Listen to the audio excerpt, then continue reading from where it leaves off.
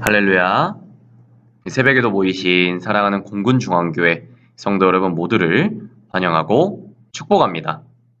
오늘 우리에게 주신 말씀은 신약성경 히브리서 7장 1절부터 10절까지 말씀입니다. 오늘 우리에게 주신 하나님 말씀은 히브리서 7장 1절에서 10절까지 말씀 한 목소리로 함께 읽겠습니다. 이 멜기세덱은 살렘 왕이요 지극히 높으신 하나님의 제사장이라. 여러 왕을 쳐서 죽이고 돌아오는 아브라함을 만나 복을 빈지라. 아브라함이 모든 것의 10분의 1을 그에게 나누어 주니라. 그 이름을 해석하면 먼저는 의의 왕이요 그 다음은 살렘 왕이니 곧 평강의 왕이요. 아버지도 없고 어머니도 없고 족보도 없고 시작한 날도 없고 생명의 끝도 없어 하나님의 아들과 닮아서 항상 제사장으로 있느니라. 이 사람이 얼마나 높은가를 생각해보라. 조상 아브라함도 노량물 중 10분의 1을 그에게 주었느니라.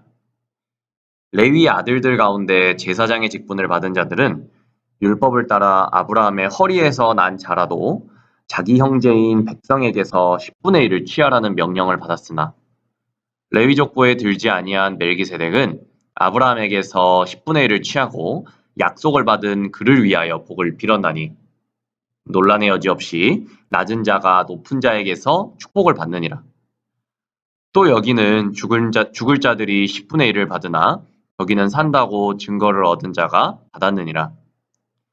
또한 10분의 1을 받는 레위도 아브라함으로 말미암아 10분의 1을 바쳤다고 할 수 있나니 이는 멜기세덱이 아브라함을 만날 때 레위는 이미 자기 조상의 허리에 있었습니다.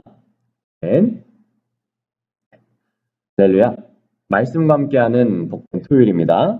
오늘도 주님의 말씀을 따라 시작하는 하루 되시기를 주님의 이름으로 축복합니다. 오늘 묵상 본문은 히브리서 7장 1절부터 10절까지 말씀입니다. 오늘 본문은 멜기세덱에 대한 앞부분의 이야기입니다. 멜기세덱을 통해 하고 싶은 저자의 말은 멜기세덱은 예수의 모형이고 예표라는 것입니다. 히브리서 기자는 이미 5장에서 10편 110편 4절의 말씀을 인용하며 그리스도가 멜기세덱의 서열을 따르는 대제사장이라는 것을 선언했습니다. 멜기세덱에 관한 성경 내용은 창세기 14장 17절에서 한 4구절입니다. 그리고 그 인물을 시편 110편은 4절에서 영원한 제사장으로 선언한 것이 구약 성경에 등장하는 전부입니다. 시편 110편 4절에서는 너는 멜기세덱의 서열을 따라 영원한 제사장이라 라는 말씀에 비추어 창세기 14장의 멜기세덱 이야기를 주의하고 있는 것처럼 보입니다. 1절과 2절 상반절은 창세기 단락의 간략한 요약입니다. 멜기세덱은 살렘성의 제사장이며 왕인 인물입니다. 그는 왕들을 침략하고 들어오는 아브라함을 만나게 됩니다. 창세기 본문은 여기서 그를 지극히 높이신 하나님의 제사장이라 소개합니다. 아브라함은 멜기세덱이 11조를 받았고 멜기세덱은 그에게 복을 빌어줍니다. 히브리서 기자는 멜기세덱의 이름에서 의미를 또한 찾습니다. 그 이름의 의미는 의의 왕이며 평강의 왕입니다. 다음으로 3절에서 성령이 그에 대해 침묵하는 부모, 족보, 시작과 끝이 없는 이 신비로운 인물을 그리스도를 예표하는 인물로 설명합니다. 히브리서 저자는 멜기세덱의 탄생과 죽음이 창세기에 기록되지 않은 이 신비한 성경을 활용하여서 멜기세덱은 왕인 동시에 제사장이듯 예수님도 진정한 왕이며 제사장이라 말하고 있는 것입니다.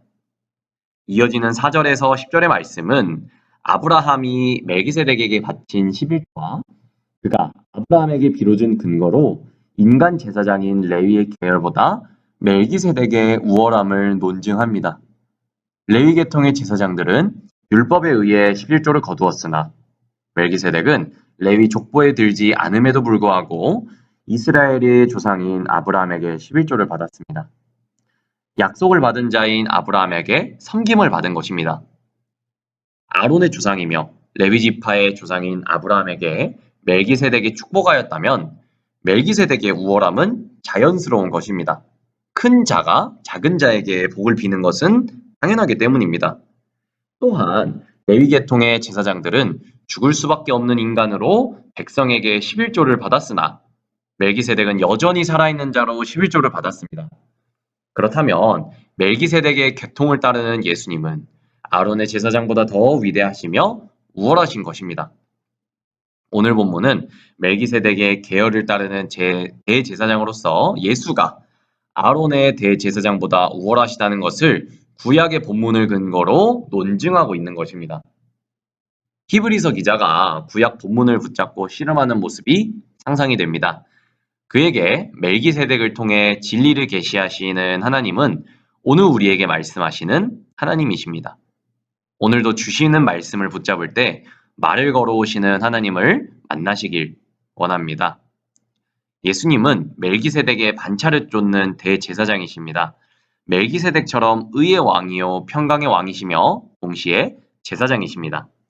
오늘 우리가 믿는 예수는 하나님의 통치를 대신하고 있는 왕으로 지금도 이 세상을 다스리시며 죄인들을 구원하는 제사장의 역할을 담당하고 계십니다.